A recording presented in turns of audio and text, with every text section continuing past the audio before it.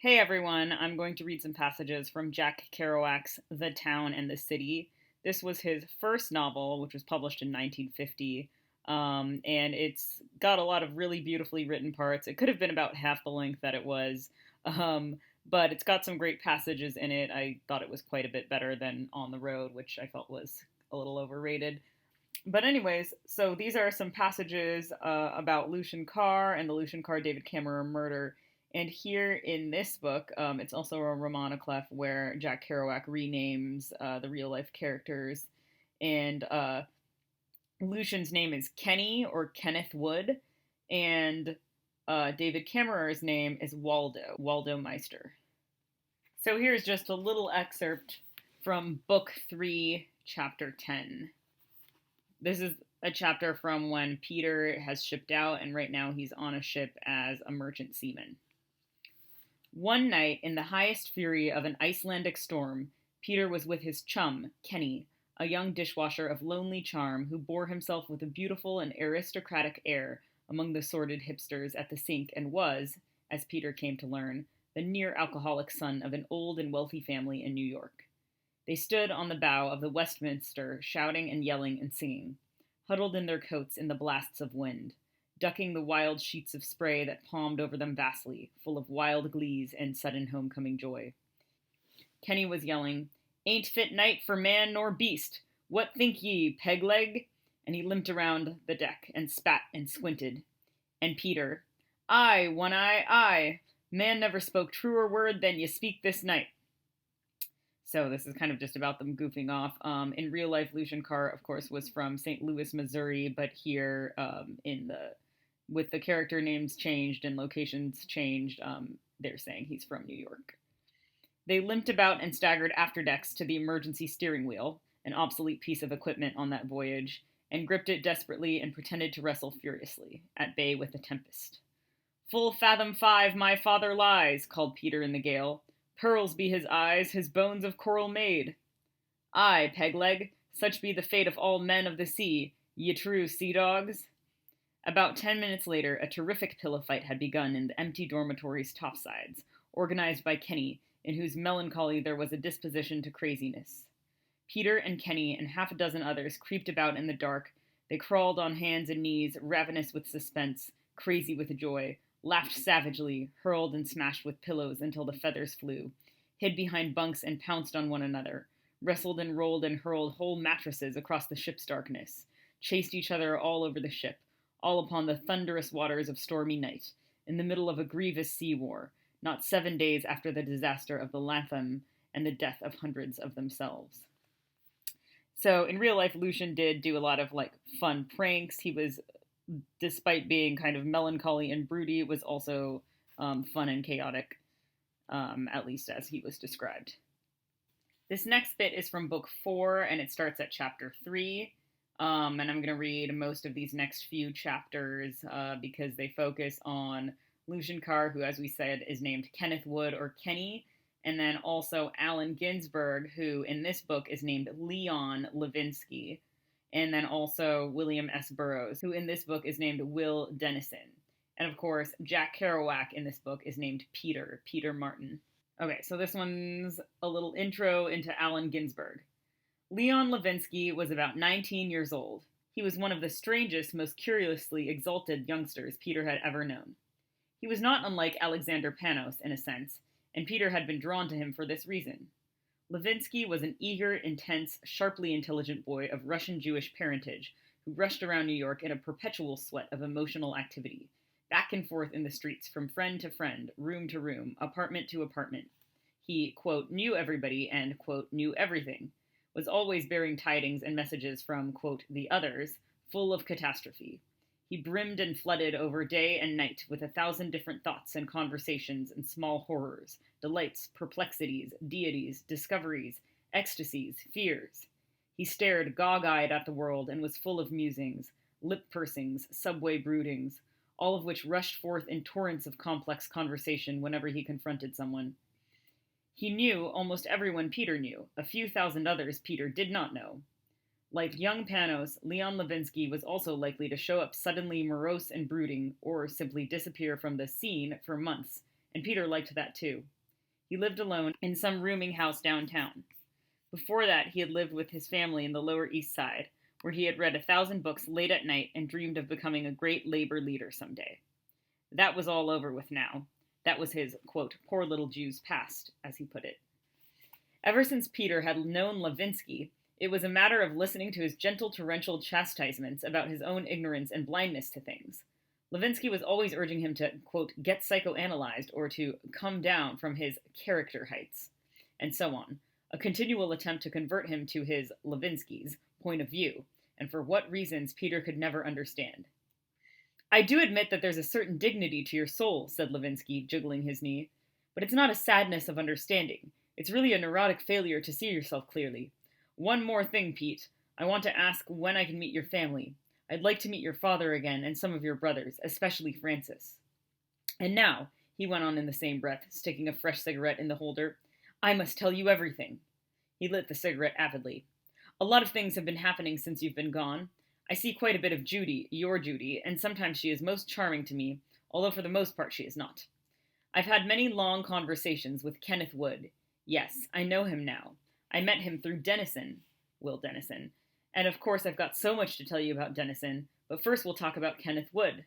In the first place, I wanted to ask you a few questions about him. You met him in the Merchant Marine, didn't you? I want to know what kind of family he has. After months at sea, Peter was only too pleased to supply the necessary fuel for Levinsky's talk. I've been to Kenny's house only once, and I met his father and great-grandmother. The old lady is close to 100 years old, and she still remembers old Abilene. What is that? Demanded Levinsky, impatient and curious. That's where they made their fortune way back. It's an old cow town in Kansas. It was very wild in those days. Oh, never mind that nonsense. I want to know about them. I want something intelligent. I'm telling you. His father is a handsome sort of man about town who is in some business on Wall Street. His mother's divorced and remarried to an Austrian count. How's that? Mused Levinsky. Then they still have money. Where do they live? What kind of place is it? It's an apartment towers on the East River, swanky as hell. What's his father like? What does he think? How should I know? The grandmother, cried Levinsky. What's her value? What's her vision? Give me information. Man, how annoying you do get, spoke up Junkie suddenly with an earnest glance at Levinsky. Give him a chance to get his bearings. The guy's been at sea. He's trying to relax and enjoy himself. Ever since we've been sitting here, you've been telling him what's wrong with him. That's another one of their friends. And with this, Junkie returned his agonized gaze to the window. That's true, admitted Levinsky, deeply absorbed. But it's somehow beside the point. And he suddenly giggled again, but in a moment fixed Peter with his beady, glittering eyes. I don't suppose you've ever heard of Waldo Meister? A little, not much. Remember, Waldo is David Kammerer. Waldo Meister is a dilettante. It seems that he is a friend of Kenneth's family, a friend of his father's through some old business matters. They're all rich, don't you see? Who? Kenny and his family, Waldo Meister, and of course Dennison, all these evil figures of decayed families. What's evil about them? I shall tell you. But first, it seems that Waldo is a rare and curious person. He has only one arm. He's ugly, quite horrible, but impressive sort of. That is, impressive to everyone but Kenny Wood, who is eviler than Waldo somehow. What are you raving about? Cried Peter, frowning. I shipped out with Kenny Wood. He's just a happy-go-lucky kid. What are you trying to say? Somewhat prophetic. Don't give me that simple stuff. Nothing is simple. Everything is complex and evil and audacious, too. And that goes for your Kenny Wood. And let's not start arguing about simple, normal, happy-go-lucky Americans. Let me talk. Waldo is an execrable man straight out of some fin de siècle romance, a decaying Dorian Gray, a monster, and finally a magician of darkness. I'm using these symbols in poem incidentally, an evil magician surrounded by the decline of the West on all sides, despised like Philoctetes, avoided yet hypnotic and compelling, a doctor of horror, an organ grinder of the angels surrounded by the vulgar pigeons of the West. What's all this? I'm just amusing myself. To continue, out of the pure madness of his position in the world, this amazing Waldo Meister has turned right around to foist an even greater madness upon the world. There being only one person in the world who openly berates him for his physical disability, who openly despises him, mocks him, taunts him. Your so-called simple kid, Kenny Wood. Waldo turns right around and refuses the company of anyone else but Kenny himself. A really sordid yet angelic situation. Strange angels. Kenny wouldn't mock a cripple. Who is this man? I was coming to that. Before Waldo lost his arm in an automobile crack-up, he was a close friend of Dennison's. They went to the same private school together, later to Princeton. They knew Kenny through his father, who was a gay blade and was everywhere, and when Kenny began drinking as a youngster, he went out on binges with them. He was driving the car one night drunk, only about 14 years old, and cracked it up somewhere in Long Island, and one of the girls in the party almost died from injuries. I never knew about that crack-up. I knew Kenny was a wild guy, but I never knew about this Waldo guy, uttered Peter vaguely. Can't you see what an amazing situation it is? Kenny is responsible for Waldo's physical defect, and he mocks him for it, and Waldo accepts his mockery with gratitude almost. It's the most evil and symbolic and decadent situation. Amazing. But I have a million other things to tell you. It all fits into the picture. A great canvas of disintegration and sheer horror. So there's kind of some foreshadowing that Waldo and Kenneth succumb to this and kind of commit quote-unquote evil acts since Kenneth murders Waldo in a sense. And Waldo stalks Kenneth. So then there's another scene later where Allen Ginsberg does some interesting little social experiment on the train, or Leon Levinsky. But that's all there is about Lucien Carr on this next chapter, so I'm going to skip that one. So in this next part, Jack Kerouac goes back to see his girlfriend at their apartment, and they're talking, and she's talking about how she kind of wishes things could go back to how they used to be. Oh, I wish I could feel like we used to back home, she cried. We used to go on wild rides in cars and go skating in the winter. All the boys wanted to do was neck. Everything was so simple. That's the way you were, Petey, only you buried it, huh? The first time I met you that night, when you wore your bow tie and that sharp sport jacket, I fell in love with you. That bow tie! You were so good-looking and sexy and collegiate. But nothing ever happens, she cried contemptuously. What a crazy place New York is. Nobody ever does anything. All they do is talk. Nobody ever plays anymore. We used to just drink and sit around burping back home at big beer parties. That's true, you know, she cried sheepishly when Peter laughed. There's something to that. It's not so silly as it sounds. You know, the high school crowd. I know. I hate all these intellectuals around here. Why do you have to hang around with intellectuals? Who's an intellectual? Everybody's always talking about Rimbaud or something. Kenny Wood and Jean and Dennison and all them. I want fun, good things to eat, rushing around, beer. Don't you see all that, Petey? Didn't you ever do things like that? Of course I did. What did you do with that bow tie? You never wore it since. All you wear now is dirty old sloppy clothes, khaki pants, and that old black jacket. But I like that jacket, it's you. But the bow tie, why don't you wear it again? Petey, let's dress up real sharp sometime and go out and eat lobster in a seafood place and go to a dance or something, or go riding with somebody, and laugh and sing with everybody and get plastered. She jumped gleefully on his lap. You know what we used to do? We used to have a whole crowd, and everybody who didn't belong to the crowd were frumps. That's what we would call them. We used to yell out, hey, frump, or hey, cherry. That was our yell. You never knew Bob Randall. He was so funny. He used to go up to old women and say, good afternoon, Mrs. Booniac. How is Mr. Booniac? All kinds of things like that in Philly. Well, the kids around here aren't like that, said Peter absent-mindedly. They've got more on their minds. Huff. Lot they know. All they can do is talk about books. They don't know how to have a good time. I hate everybody, she concluded darkly and pouted. She went to a dresser and took out a ball of wool from a knitting basket. Okay, so they go on, they kind of banter back and forth about various things, talk about their relationship. So I'm going to skip over this part. They heard a strange sound an hour later. The apartment was on the top floor, and it sounded as though someone was wandering across the roof in the rain and leaning over the ledges to look down. Down on the street they heard shouts and the running footsteps. Then everything became quiet again. Pete and Judy resumed their grave, cozy pleasures. The bed lamp was on, shining warm and pink in the little room. The radio was playing, and there was a spread of avocado salad and ripe olives and asparagus tips in the big dish, from which they picked absent-mindedly with slow relish as they went on with their reading and knitting. Suddenly a window opened in the front room. They heard the loud splatter of rain. The window closed again, and there was a dead silence. Oh, Petey, what's that? Whispered Judy in a panic. They were chasing somebody. Oh, it's a burglar. They were chasing somebody. Oh, it's a burglar, she whispered almost gleefully now. It's a burglar. Say something, say something. Who's there? Growled. Who's there? Growled Peter in a loud voice. He got up, put on his shoes, and glared into the darkness of the front room. Of course it's not a burglar, he said, turning to Judy. But there's somebody there. I can see the shadow. By Jesus, I'm not scared, he went on in a loud voice. And I'm gonna brain somebody. Judy was staring greedily around the door jamb, utterly frightened. Suddenly, a little voice, like a 14-year-old boy mimicking his little sister, was heard in the darkness.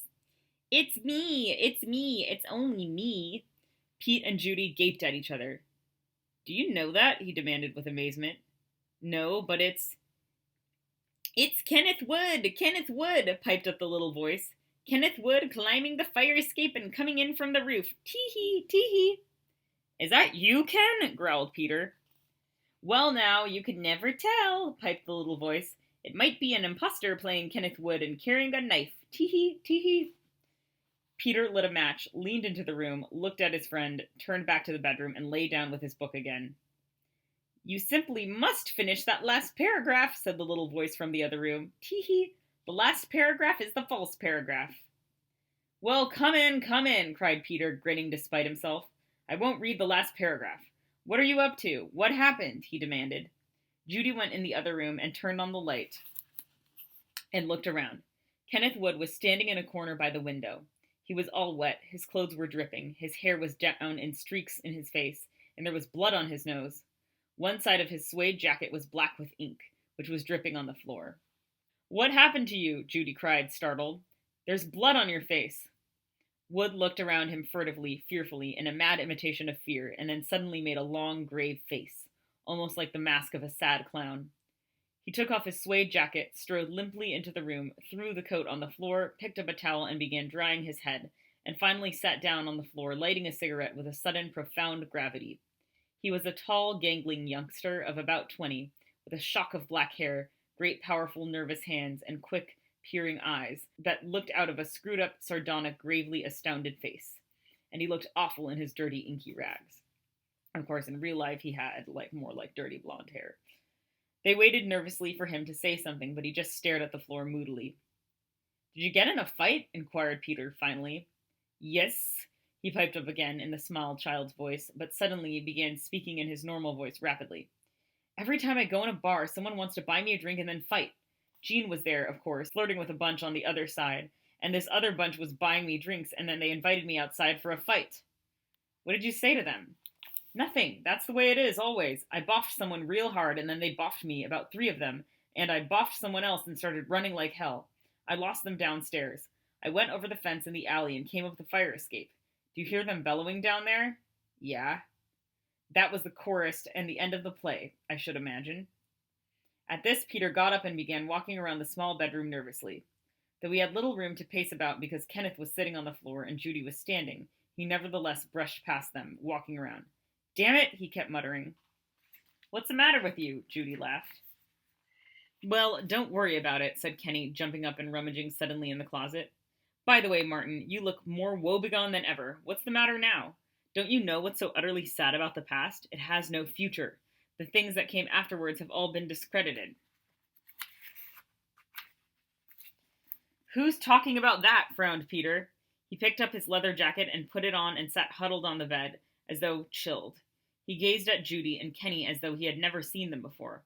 I'll tell you what I think, he said. I think it's a lousy, rotten world when 3 guys gang up on one guy like that. Oh, let's have more of those splendid Galloway mill worker remarks, grinned Kenny gleefully, coming from behind the closet door with an old pair of shoes and some shoe polish. He sat down on the floor and began polishing the shoes industriously. Judy sat down near him on the little hassock and watched what he was doing with happy pride. Ah, she said, Kenny always finds something to do. He's just like me. And I'm just a jerk, I know, said Peter. But hell, I do worry when things like that happen. I don't exactly worry so much as I get sore. I can't make out why guys are always starting fights, and with you, almost every time you go into a bar. Like that time we came back from Greenland. Remember that fight in Boston? Oh, that was a splendid fight, grinned Kenny, rubbing the shoes busily.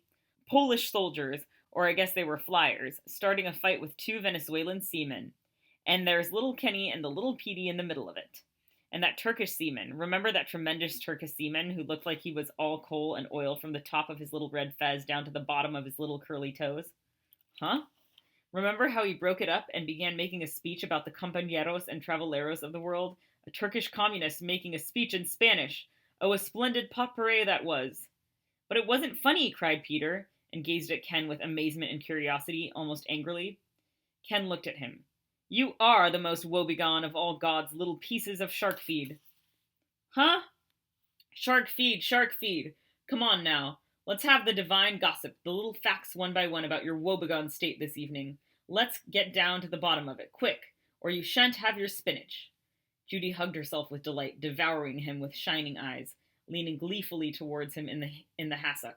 She was mad about Kenny, even though that's Jack's girlfriend, of course. In real life, Edie Parker met Lucien in her art class, and she thought he was very good looking, and all the girls were quite enamored with him and his charisma. Both of you are bats, muttered Peter, not, however, displeased. Go down and buy a bottle, Martin. Here's my share. You're in one of your Third Avenue moods, and Judy and I shall listen attentively to all you have to say. But as he said that, Kenneth, with the serious, slightly astounded look he always wore, glanced up at Peter sadly. Why don't you have Judy fix your face, said Peter, and I'll bring back a bottle. Yes, yes. Peter went down to the street in the dark, misty rain to a liquor store, bought a fifth of whiskey, and wandered around the streets for a while, deep in thought. It wasn't raining anymore. Some of the stars were already appearing in one part of the sky over Fifth Avenue on the other side of Central Park. He walked along the park. In Galloway, there was no Central Park, no miles of traffic lights glistening on the pavement, no yellow cabs speeding by with the secrecy and dark, luxurious mystery of New York at night. He began thinking with peculiar delight of a magazine he used to read as a little boy, the Shadow magazine. In the Shadow magazine, he remembered now, it was always raining mistily in New York. It was always night, and the Shadow, elegantly disguised as Lamont Cranston, the man about town, millionaire aesthete and amateur criminologist, was always speeding around Manhattan in a yellow cab and going somewhere swiftly, craftily, to cope with, quote, the forces of crime. In the Shadow magazine, Lamont Cranston always stepped out of a cab as the Shadow himself, mysteriously leaving his fair money on top of the meter and vanishing in a mystery of cloaks. The cabbie was always amazed and always rubbed his jaw in wonder. Peter used to read these stories and then go walking around the streets of Galloway and curse his life because it was not New York, and there were no yellow cabs and the rainy mysteries of penthouses at night. He was all of 14 years old, still reading about the Shadow even when little Mickey began to pursue those pages. He remembered the long, earnest discussions they had about the Shadow, he and Mickey, 14 years old and 7 years old, in the house long ago. What would he have thought at 14 if he could have looked forward to this night? I wouldn't have believed it, he muttered out loud. Wearing dirty khaki pants with an old leather jacket and walking around with a bottle of whiskey on Central Park West. He looked around him angrily. He remembered that Judy and Ken were waiting for him. He suddenly remembered them. Could he have foreseen them? Could there be an element of dark, rainy adventure in living with a childlike, gleeful girl, or of having a friend who came in by the roof and called him woebegone? He wondered at that moment why he had really gone back to Galloway, and in the same instant he was riven with awful misty grief as he thought of his mother and father living in Brooklyn just across the dark of the sky, and Mickey there too, little Mickey. Again he thought of Judy and Ken. He thought of them with a sudden tender feeling. It was true that he was Judy's lover, but she was like a child, a happy, crazy child, and it seemed to him that she was his sister. After all, it was sad that she was his sister.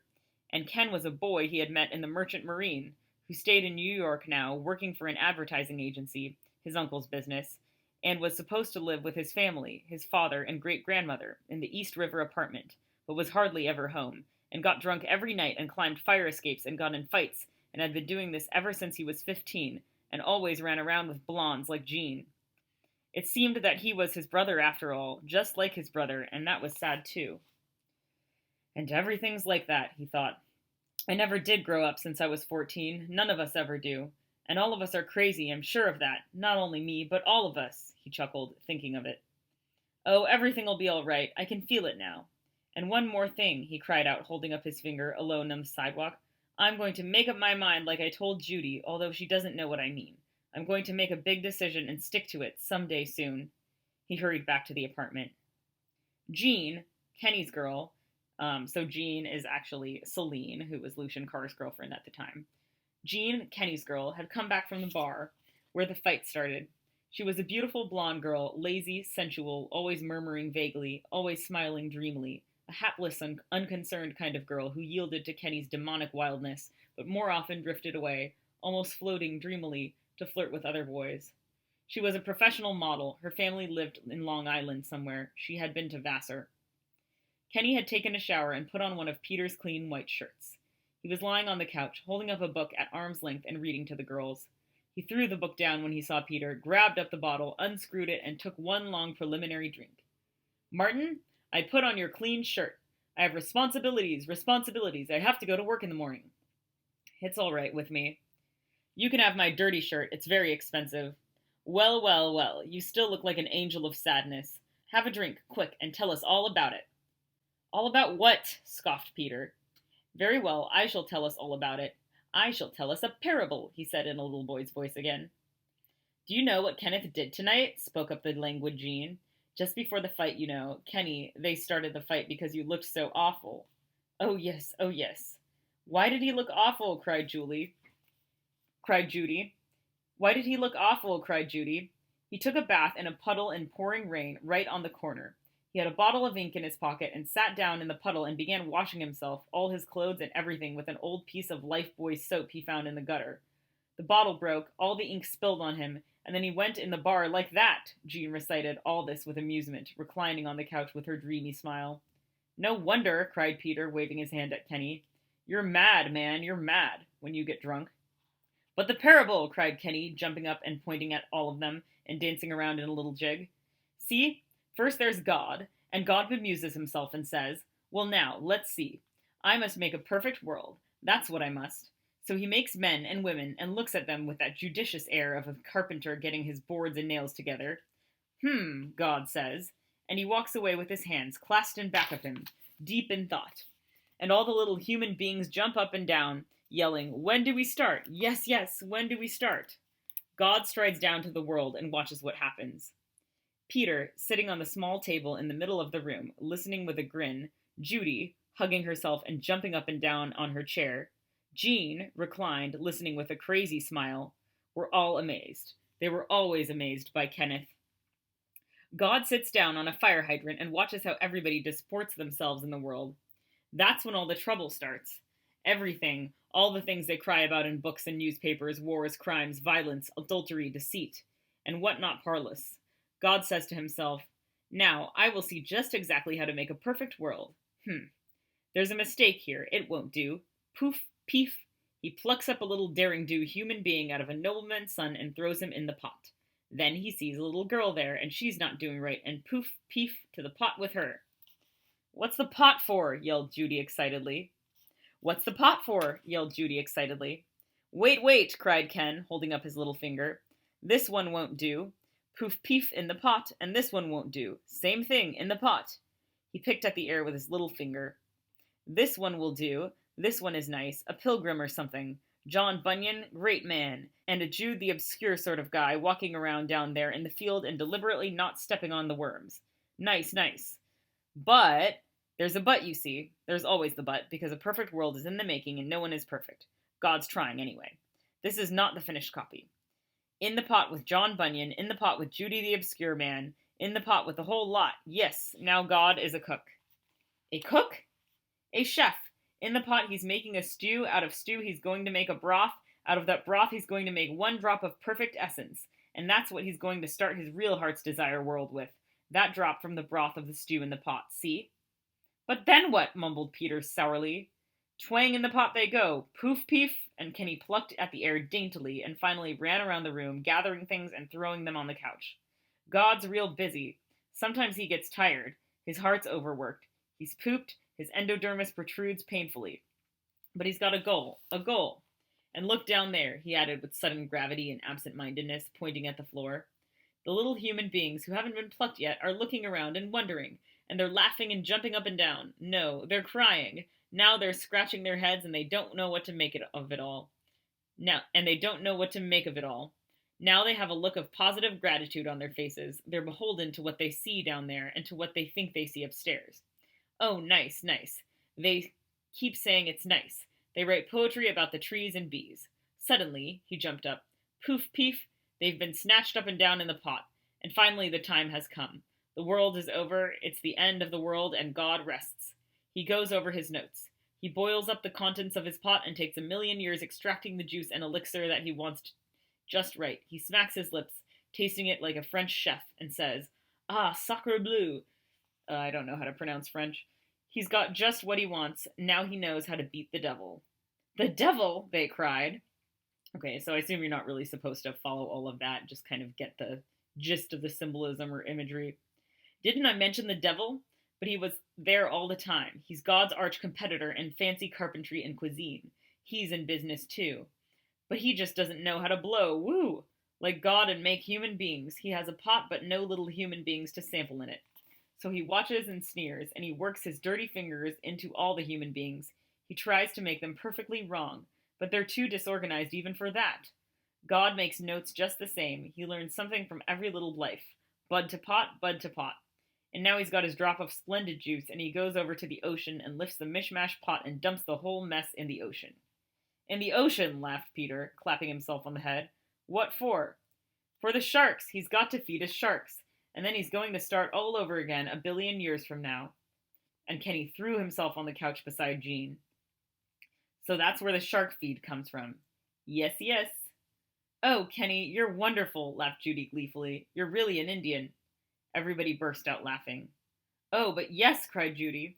Don't you know anything about Indians? Don't you, Jean? Indians are the most wonderful people on earth. They walk without making a sound.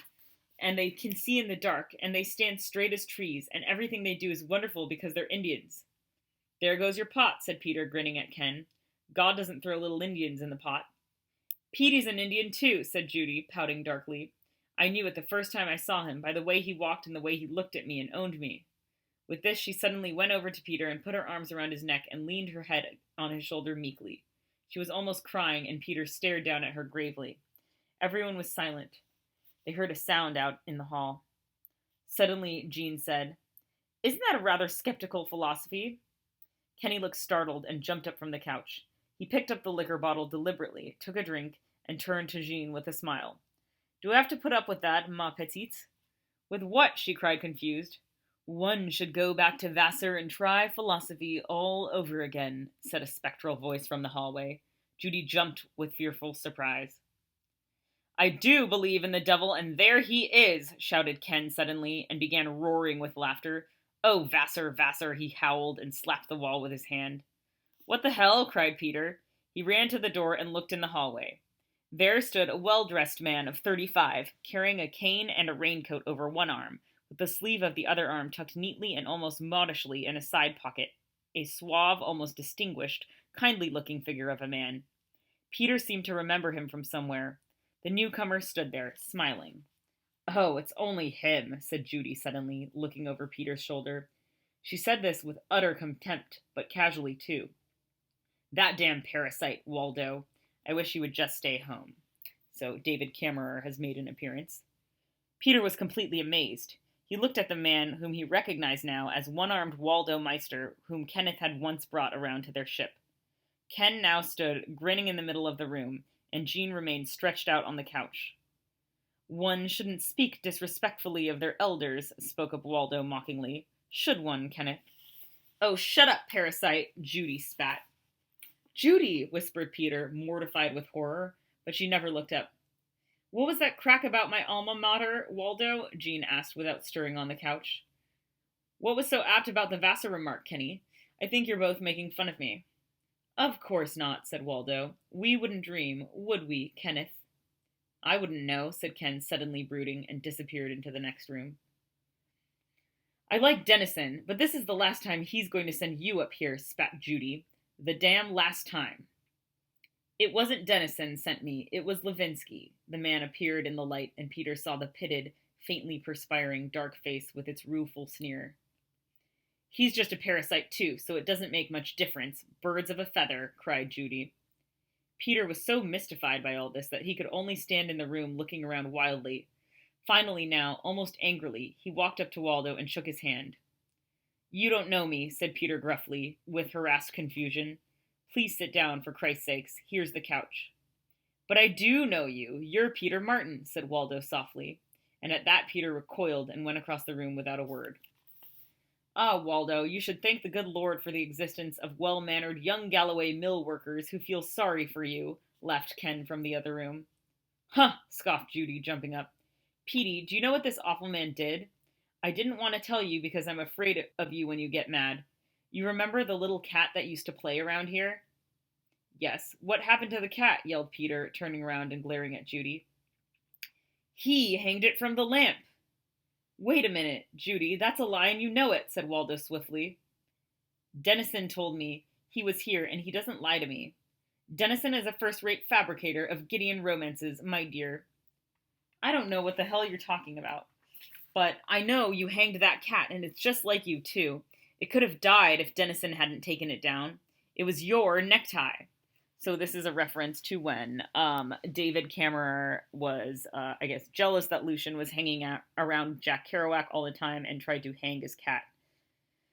Lord, Lord, yelled Ken from the other room, and no one could tell whether he was laughing. It's a silly, idle lie, said Waldo, leering pitifully around the room. I don't want to hear any more about it. It's not true in the least. Dennison loves to make up things like that. The whole thing is just as absurd as that story he made up about my stealing a cripple's crutch in Paris in 1934 and hobbling around the streets.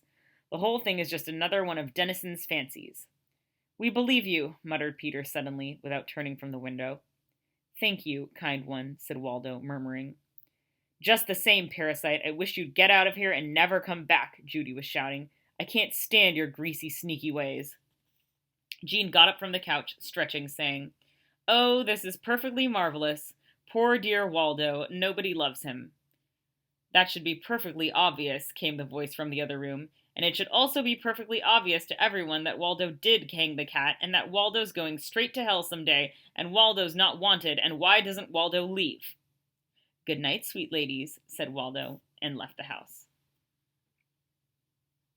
Okay, so skipping forward a few paragraphs, I really like this next passage. They were all there, all the strange young people whose lives had become mingled with his in New York. Kenneth Wood was sitting on the windowsill, looking at him sardonically, yet with that sadness that always happened when they looked at each other, as though there was something they knew that nobody else knew, a crazy, sorrowful knowledge of themselves in the middle of a pitiable world. Judy was all dressed up to go somewhere. At the moment, she was glaring angrily at Leon Levinsky, who had arrived with Waldo Meister. The latter was freshly attired and smiling. Jean was dressed in a bright new outfit, carrying a hat box, apparently ready to go to work at the downtown model agency. They were all jabbering away. Judy went to the door. Everybody clear out, she snapped irritably. I'm going out and nobody's staying behind in my house, and that goes for you too, Levinsky. You bring Waldo here once again and I'll kick you in the teeth. I don't want you around, either of you. The lady is indiscreet, murmured Waldo vaguely, getting up to go. I'll indiscreet you, yelled Judy. They all started down the stairs. Incidentally, Pete, Levinsky called back, I saw Dennison last night, and he said he'd like to see you today. Shall I tell him you're coming? Don't go there, snapped Judy, turning on Peter. I don't like that Dennison character either. I don't want you to go see him. I want you to stay with me today. I thought you liked Dennison. Not anymore. Oh, how I hate everybody around here. Someday I'm going to leave and go out west and live on a ranch, Arizona or someplace. What's the matter with you? Grinned Peter, taking her in his arms. You're as mad as a wildcat this morning, and such a beautiful morning, too. Petey, she cried desperately, almost paling, let's go out in the woods today and sit in the grass and talk and eat oranges. I can't stand it here anymore. Everything's so horrible. I even hate Kenny because he keeps talking to that damn Waldo as though he mattered. I want to be alone with you. I want you to marry me. Petey, when are you going to marry me? She demanded gravely. So in real life, Jack was dating Edie for a while, but refused to marry her until they were in jail to get out of jail, and then annulled their marriage later. He took Judy's hand and started downstairs to follow the others. Judy, who do you think I am, Rockefeller? He cried. I haven't got any money. I don't know what I'm going to do, and I don't want to be tied down. You know all right. That's what you always say, all right, she said angrily. You'll be sorry someday, because there won't be another woman around who will understand you the way I do. Remember that. You're awful dumb, Pete. So awful dumb. Any other woman would laugh at you. You'll find out that after I've gone away. She flushed and hurried down the stairs ahead of him. Peter followed everybody gloomily. On the sidewalk, they were all standing around talking. The sun was shining warmly, and the street was thronged with coatless people strolling about on the first real day of spring. Suddenly, Kenneth yelled, "Hey, I've always wanted to explore that old abandoned house over there." He galloped across the street to a boarded-up brownstone house. Without ceremony, he ran up the stoop and kicked in some boards. They had already been busted by children and collapsed immediately. Kenneth vanished inside greedily. "Hey, wait for me," yelled Jean, throwing her hat box to Judy. She ran after him eagerly, and in a moment had vanished inside the dark wreckage of boards and masonry. Levinsky and Waldo strolled across the street after them with great curiosity. Judy stood with arms akimbo and glared at the whole crazy thing. People going by on the sunny street seemed to pay no attention whatever to what was going on. Peter leaned against a rail and watched everything with wonder. "Jean, you fool," Judy yelled. "You're going to dirty my new dress." They heard Jean's muffled cry from inside. "Don't worry, I'll watch it." There was a clatter of boards and much scuffling and banging around as the crazy Kenneth roved about excitedly. With strange suddenness, he appeared on a third-floor window, looking down at them in solemn silence. In a moment, Jean showed up behind him, smiling foolishly. "What idiots!" cried Judy, infuriated. "What's in there, Kenneth?" Waldo demanded, in a low voice that carried all over the street with a strange, articulate clearness. Kenneth vanished inside without a word. Once more they could hear him kicking boards out of the way and scuffling over masonry and rubbish, and stamping down on the floor as though he wanted to see if it would collapse. They could hear Jean murmuring with laughter. "Darkness, darkness!" yelled Kenneth suddenly. "Just your meat, Waldo." At this point, Judy dropped the hat box and walked away. She went down the street, not looking back, pretending not to know any of them, and finally, during a moment when Peter looked up to see Kenneth standing in the sun on the roof, Judy had just disappeared around the corner. Peter remembered his dreams about the old haunted house, and the house of death, and the gypsies, and all the darkness and helpless fear of it.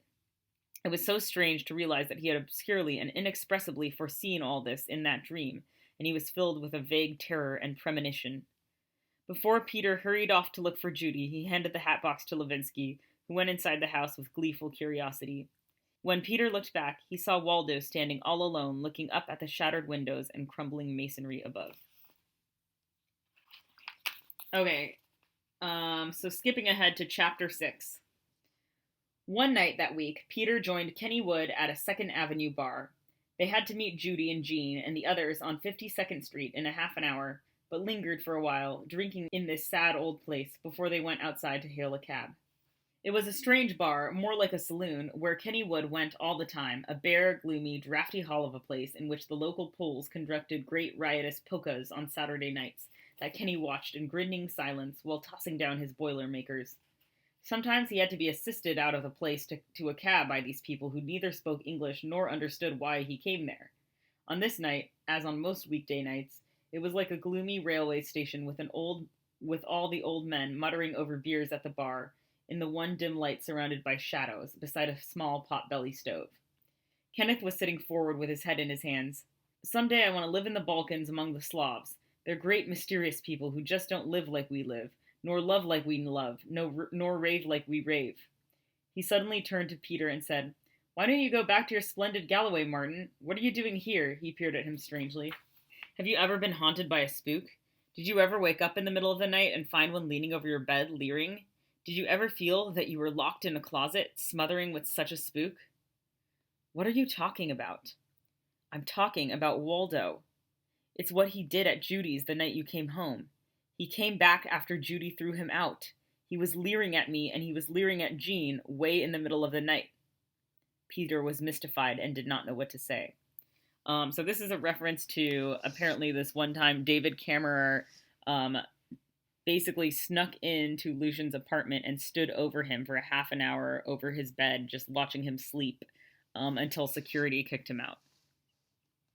"Martin, do you know that some people are condemned and some are not?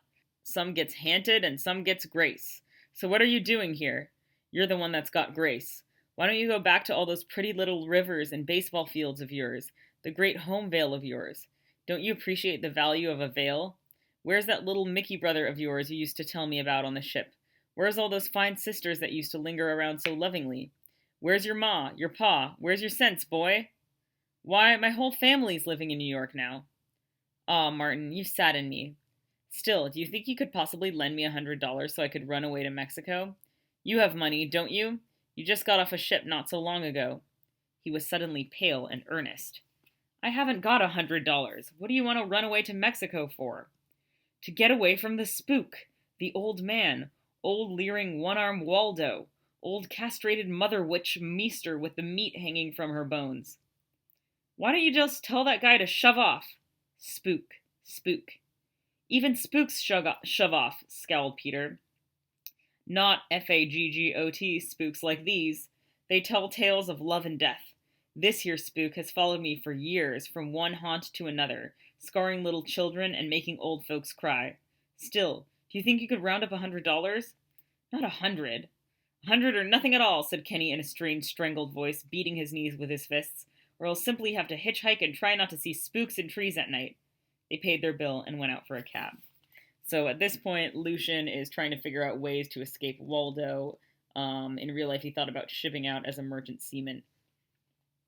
When they arrived on 52nd Street, Peter confusedly saw a large group of people standing on the sidewalk in front of a nightclub. Then he recognized Judy and Jean, Levinsky and Waldo, Junkie, and a tall, shambling youngster who seemed strangely familiar. Kenneth ran up to them and suddenly seized Jean and began kissing her passionately in long embrace. The others paid no attention to this, except Waldo, who raised his cane to his shoulder and watched with an intense smile. Yeah, there you are, finally, cried Julie, scowling at Peter. Oh, I think it meant to say Judy. I'd wait a heck of a long time if I waited at home for you. But she took his arm and pulled him off. Leon Levinsky stepped up in a curious little shuffle, hands clasped in front of him meekly, like a polite Oriental, bowing with a little nod. Just now, two fellows in the bar wanted to fight Waldo and Junkie and me because we had two charming young ladies with us. Apparently they felt some sort of unseemliness, and I rather admire their awful wisdom. Needless to say, we cut out. He giggled and stepped back. Well, let's not stand around here, emphasized Kenneth nervously.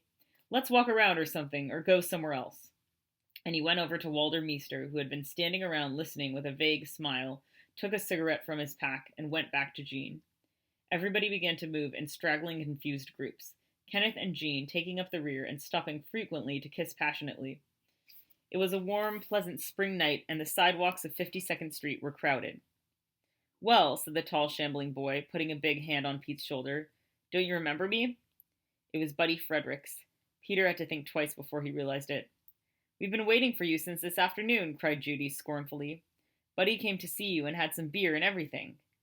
And where's Liz? Cried Peter. She's in town, smiled Buddy. Look over there at that sign in front of the Opal Club. What do you see, man? Across the street in front of the nightclub there was a large sign reading Billy Kammerer and his sextet featuring Ottawa Johnson, tenor, Curly Parker, bass, Mel Gage, drums, Lucky DiCarlo, guitar, and Buddy Fredericks, piano. Why, that's wonderful. I didn't know you were playing with Billy Kammerer. He's great. And where's Liz? How is she? How's the Lizzie? That's Jack Kerouac's sister. She's singing at a nightclub down in the Village Haven. Singing, yelled Peter, astounded. My own sister. Singing in a nightclub? And I didn't even know about it. What do you know about that, Judy? Is she any good, Bud? Come on, man, give us a fair estimate.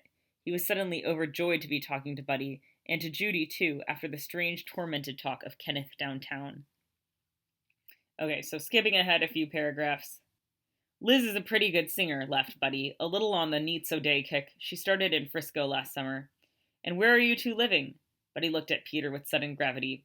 Say, went on Peter enthusiastically, did you happen to succeed a second time? Did you have a nephew for me, maybe? Well, no. Ever since what happened in Detroit, Liz never wanted to have a baby again. Aw, she'll get over that.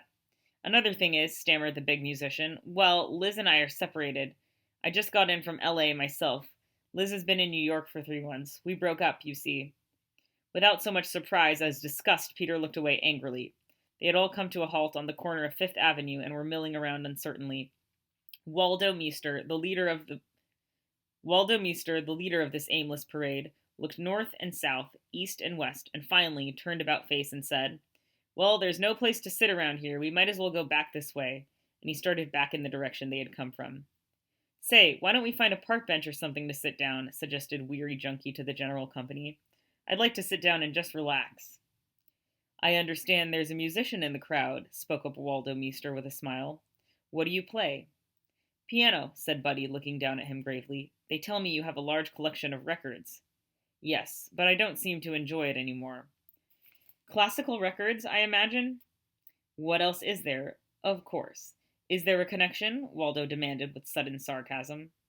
Oh, wonderful, cried Levinsky, stepping in. This is something that should be talked about. You haven't heard the new bebop jazz, Waldo, a complete departure from the old European forms. It's a kind of wild Dionysian American music, pure emotion and frenzy that sends great vibrations through everyone. It's just mad. It seems cooler to me than that, smiled Buddy. Almost like an orgy, don't you see, in which everyone will explode and become as one, actually. Music does all that, grinned Buddy with amazement. Yes, I felt that. It creates a frantic, almost daisy chain rapport. Almost daisy chain rapport similar to marijuana, you see. Oh, you should see the mad characters that go to jazz concerts now, right here in New York. Well, man, but what about the music itself? As far as I can understand it, snapped Waldo in a curious, piping, infuriated voice that sounded so forlorn and surprised everybody. Bebop or jazz, or whatever you call it, is just a lot of bleating noise. It certainly doesn't rate as music, and whatever you may say about it, it's a lot of adolescent nonsense for adolescent American fools. Hurrah! Cried Kenneth Wood from down the street. Buddy was not visibly touched by these remarks, which were flung at him in the general confusion and irritability of the moment. He only shrugged, smiled, and turned to look at Peter with cool amusement. But at that moment, Waldo had turned and said something, obviously pettish, to Kenneth, who suddenly flushed angrily and turned away. Jean was standing next to Waldo and listening to the general conversation with a dreamy smile, when Kenneth took Jean by the arm and said, Come on, ma petite, let's go home now.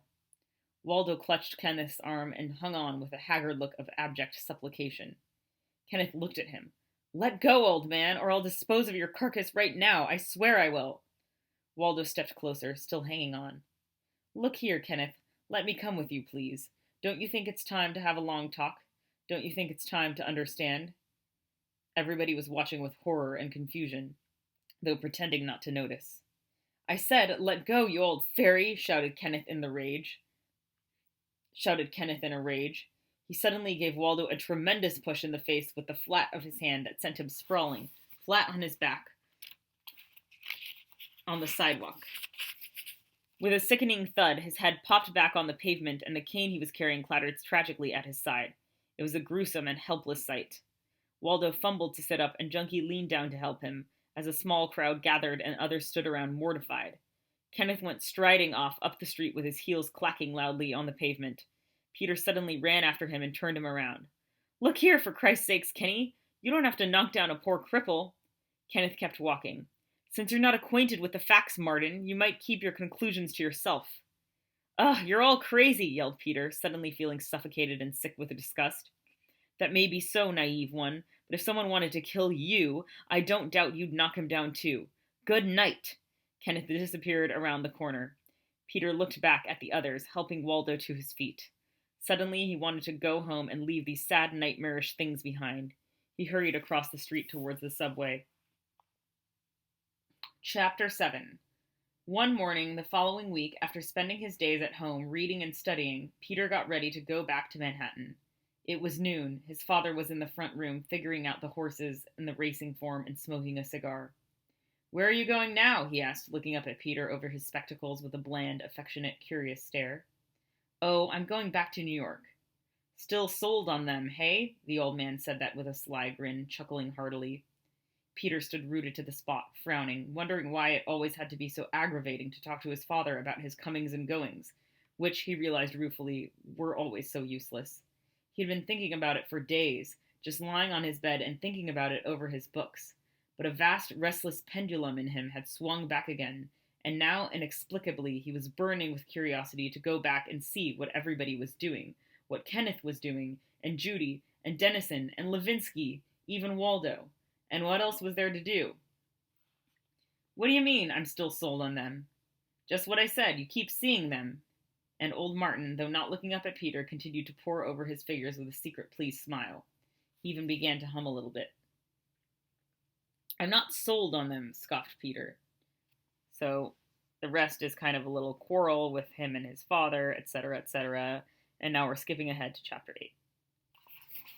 Okay, so in this chapter, Jack Kerouac's parents are visiting him and meeting Edie Parker. So skipping ahead to when the police show up at Jack's place. When the doorbell rang, Peter hurried to it with the tremendous feeling that he had just learned how to live and love and would never forget the secret. He opened the door with an air of someone accepting a challenge, like a little boy vaguely conscious of the foolish joyousness of it all, yet with that mysterious fear of something overpoweringly unknown. He remembered this feeling later on and recognized the prescience of it sadly. The man at the door showed a police badge and walked in nonchalantly. "What's the matter?" "You're Peter Martin? You'll have to drop downtown with us. We only want to ask a few questions to clear up something. There's been a suicide. Fellow by the name of Waldo Meister jumped out the window of Kenneth Wood's apartment. But our investigations aren't complete yet. Just put on your coat." Okay, so of course this is a tweaking of what actually happened. It wasn't really a suicide or jumping off of a building. In real life, Lucien Carr stabbed David Kammerer and drowned him in the river. The detective sat in the front room and began chatting with the others, telling them all about it affably. Peter lingered meditatively in his bedroom for a moment, full of sinking feelings. Waldo Meister was dead. "Oh, is that all?" he heard Judy laugh scornfully. "It's just as well, and I hope Kenny did it himself." The detective pounced on this. "Look here, little girl, you may not know it, but that's a serious charge." "Ugh," she scoffed and barged around the room in her old slapdash way. "That bastard tried to kill my cat, and I'm glad he's dead. I was going to kill him myself." "Take it easy, Judy," said Peter angrily. "Oh, shut up." "A fine thing," roared the old man, which is Jack's dad, pacing around the room. "Now my own son is mixed up in a murder case. Now it's finally coming out. I told you not to get mixed up with these people. I warned you 100 times. Now you're in trouble. Well, good God, murder." The detective grinned as though enjoying the scene. "Well, we're not sure about that. I think personally it's a suicide, all right." The old man glared at him. "Isn't that bad enough, that a man should go and throw himself out of a boy's window for some silly reason? That's what this damn world is coming to nowadays. You ought to know that yourself in your profession." He was red in the neck and perfectly pale in the face. Suddenly everyone noticed that Peter's mother was crying. Peter rushed to her and held her in his arm. She was trembling. "Take it easy, Ma. It's nothing. It'll be okay." "All these terrible things," she moaned. "Petey, what are they going to do to you?" She clung to him fearfully, shivering all over and pale.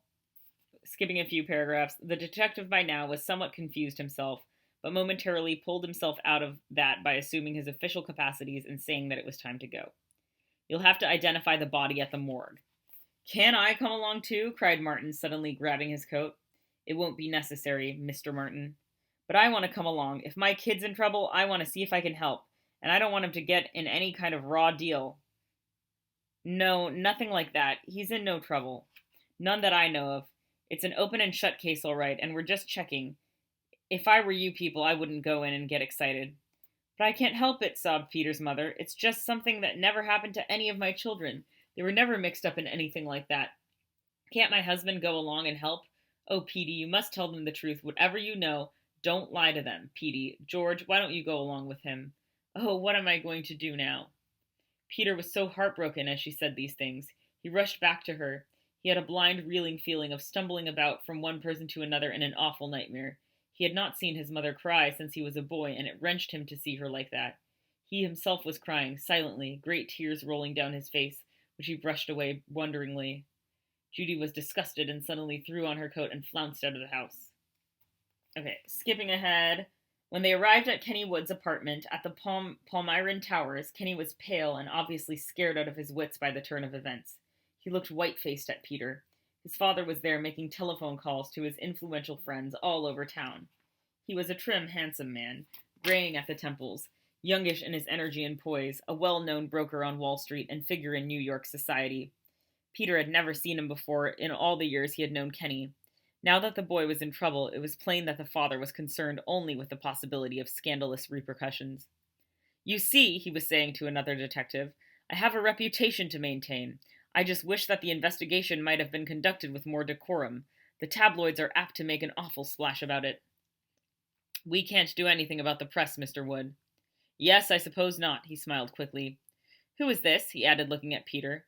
But Peter hated him so much that at that moment, with a kind of sullen pleasure, that the man got a dirty look for his curiosity.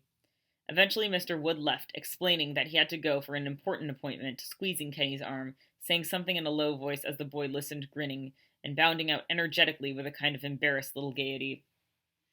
Tired and confused, Peter wandered into the front room while waiting for whatever the detectives wanted.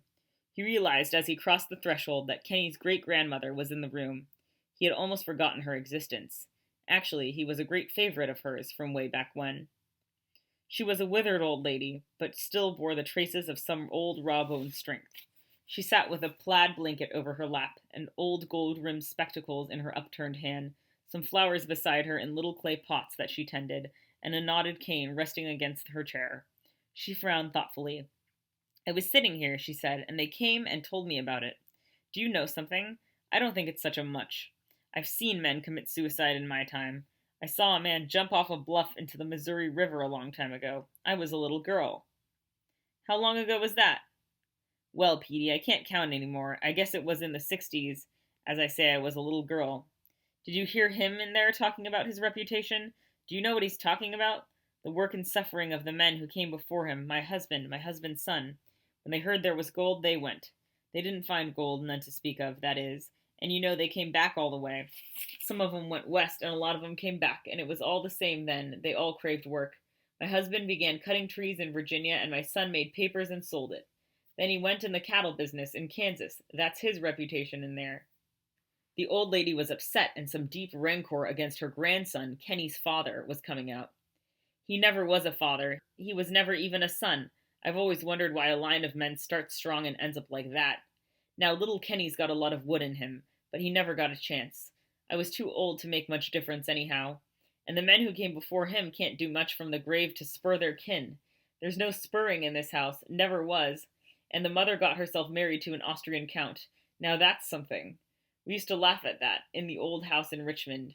In those days, in the 90s, we were as rich as you like, and Kenny's aunts were almost swept off their feet by 2 or 3 European counts that I can remember.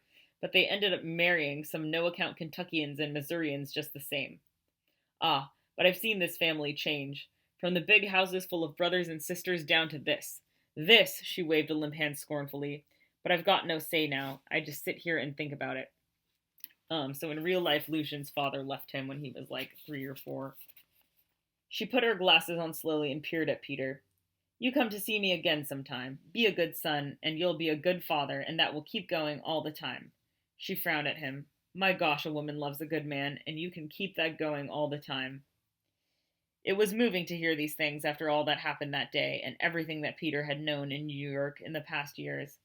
This old lady, sitting by a window in towering Manhattan, remembering Missouri in 1860 and the men and things of that time, remembering the first sawmills of Virginia and the cattle trail days, the early American time of great forests and wild plains.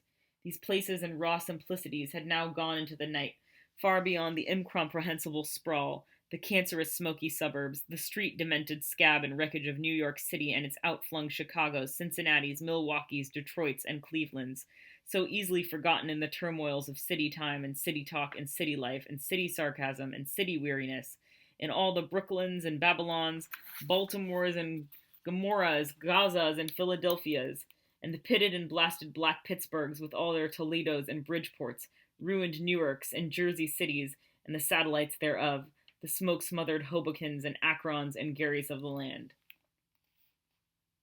In her voice, he heard the voices of all old people, voices without sarcasm and weariness and disgust, strong voices telling in a long way the chronicle of labor and belief and human joy. In her voice, he heard his own mother's voice, the voices of his grandfathers and grandmothers, the voices he wanted to hear again, the voices that soothed in a harsh world, in a world of real struggle and true hope. Peter kissed the old lady on the cheek and said goodbye. He never saw her again. She died a month later, just a few weeks short of 100 years of age. It began to rain in torrents. Peter and Kenny and the 2 detectives drove down to Bellevue Hospital to identify the body in the morgue. They ran up the steps and ducked inside, almost boisterously, but at once they smelled the burnt odor of decay and death. An attendant behind a desk dozed over a magazine. An old clock ticked on the wall, and rain poured outside. Peter and Kenny looked at each other with terrified sadness. After checking some papers at the desk, One of the detectives beckoned the boys and started down a ramp of broad steps into the basement. As they descended the stairs, the sound of the rain lessened, the silence of death took over, and the boys' hearts pounded with horror and greedy curiosity. In the cold, damp cement atmosphere of the basement, in the catacombs of the city, there was the presence of something horrible and secret and guarded, the innumerable kept dead of the brutal streets above. When Peter and Kenny saw what the morgue was actually like, they trembled in their bones. They expected to see rows of marble slabs and corpses covered by white sheets. They pitiably got this idea from the movies and crime magazines. Instead, and with a feeling that it could not have been otherwise, they saw rows upon rows of big filing cases on all sides with numbers and handles on the doors. The detective glanced impatiently at the slip of paper in his hands, speculated with a finger pointing, selected a door, gripped the handle, called out jubilantly, "Here it is, 69, and yanked it back. Slowly on rollers, the corpse of Waldo Meister swung into view. If it was Waldo Meister, the corpse that lay there on its back was a mangled thing, in no way human. Slumped, broken, with one elbow turned up the wrong way, one knee twisted around, brown, cloddy gobs where the face should have been, and hair like a mop used on the floor of an abattoir. A fly buzzed out as the filing cabinet opened, a lone fly that had remained inside the niche since afternoon and now momentarily flew away. Peter could feel his knees buckle. Kenny paled like a sheet. The silence all around was ghastly with the sudden presence of this apparition.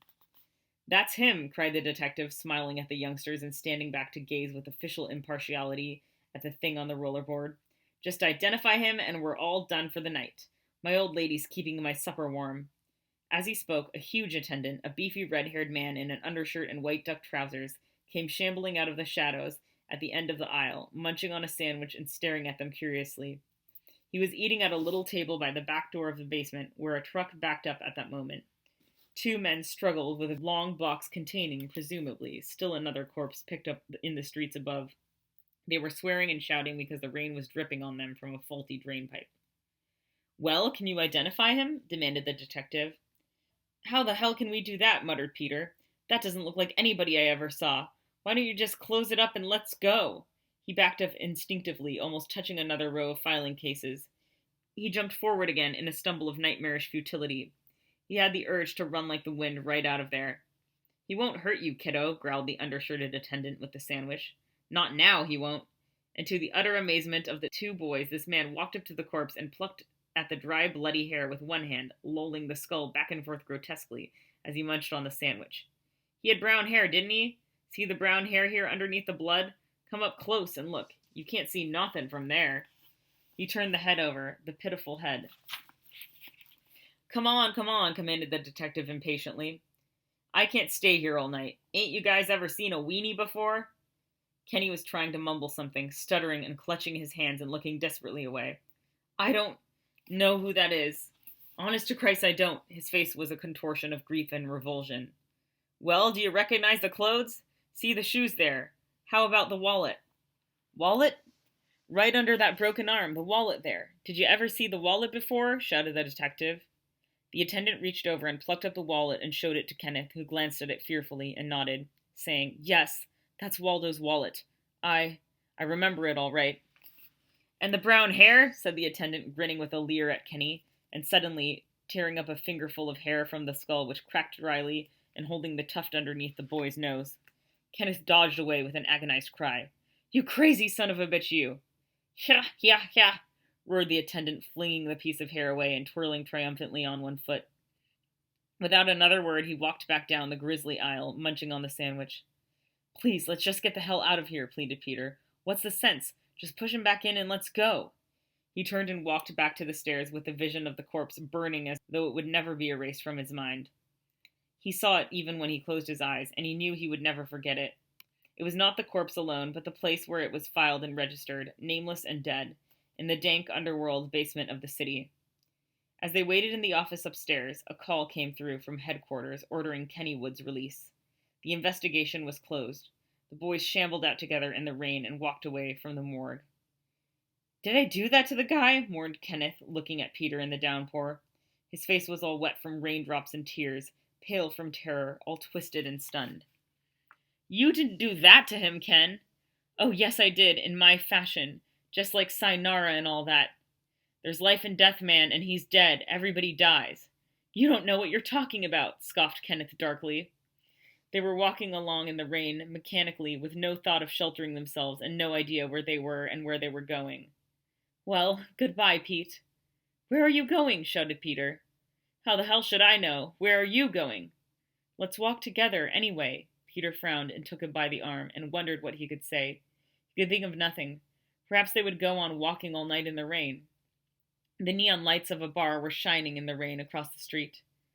Let's go in there for a drink, said Kenneth. I've still got some money Dennison gave me to go to Mexico. Okay, don't worry, Ken. You'll be okay. You speak more nonsense. We'll go to hell then. I've just been there. Let's have a drink and toast to something. A toast to my grandmother, maybe. Did you hear me talking to her tonight? Laughed Peter with a rattled little croak. I certainly did, Kenny sighed. And suddenly, without any warning, he dug in his pockets, came up with a handful of bills, flung them away in the rain, and started running up the street. Peter stood stock still, wondering what was going on. He started after Kenny, came back, searched feverishly for the bills soaking in the gutter, picked them up, and ran full speed after the boy, catching up with him at the corner. Where are you going? He shouted, gripping him by the arm and pulling him around impulsively. Kenny turned and looked at him wonderingly, wearingly, almost meekly, and sat down, without a word, on the curbstone, with his feet in a puddle, putting his head in his hands, drooping, shuddering suddenly with spastic and twisted violence. It wasn't your fault, Ken. For Christ's sakes, forget it and pull yourself together. Let's go have that drink. Don't sit there in the gutter. You'll catch your death. I've always sat in gutters. I used to sit in gutters all the time.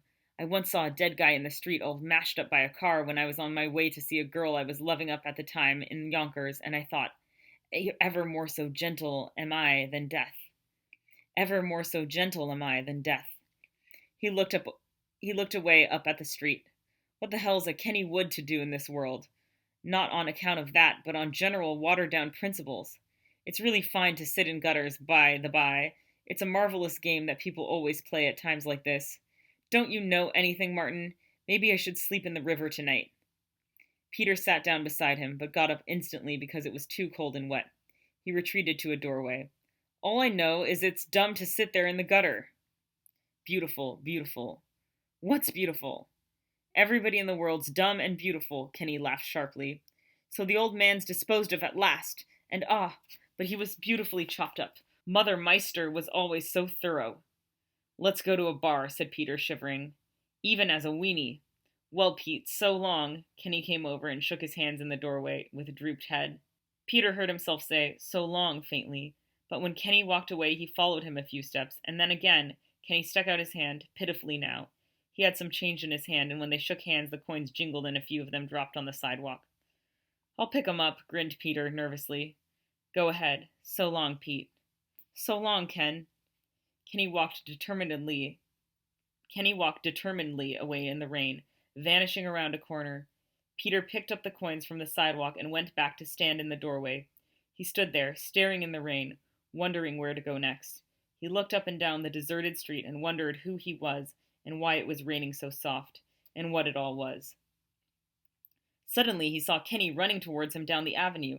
He ran out shouting, What's the matter? Kenny stopped running and strolled casually in a little circle. My white gloves are beginning to chafe. I can't go home just now. You see, it's the white gloves. What white gloves? They wear them, you know, the French dukes, when they face the firing squad. What'll I do with them? You want them? What? The white gloves, the white gloves. Peter looked around and down at the gutter, lugubriously. That's easy, just drop them in the gutter, see? And Kenneth plucked at the air over the gutter magically and opened his hand with stiff dramatic fingers and stared down. I'll walk you home, said Peter. All right. But on the other hand, let's just stay here a while in this fine doorway. No, I think I'll go home. You go in that bar and have a drink on me, that toast to great-grandmama. So long, Pete. Okay, said Peter, turning away with sick confusion. So long, man, so long. Kenny walked away again, up the avenue this time, in a straight line, disappearing in the rainy darkness as Peter leaned out of the doorway, watching. When he lost sight of the weaving form, he brooded in the downpour of rain, somewhere on 2nd Avenue, in the halo of a street lamp, as the April rain slanted down and twinkled in the street, as the long dreariness lay spread, glistening and empty. A solitary truck A solitary truck came rumbling down the avenue and vanished up street with a blink of tail lights. The traffic lights blinked and clicked to the empty streets. Peter remembered Washington that dawn with his little brother Charlie, and the tenement fronts were dark and asleep all around in the deathly rain of that night. Around midnight, he went home to Judy's apartment. It was empty. Just a few hours ago, his father and his mother were there, and Judy. Now they were all gone, and he was alone with the haunted wreckage of their unhappiness and his own, thinking of the irredeemable death and completion of Waldo Meester, the mad futility of Kennywood, and the foggy rain of the streets outside.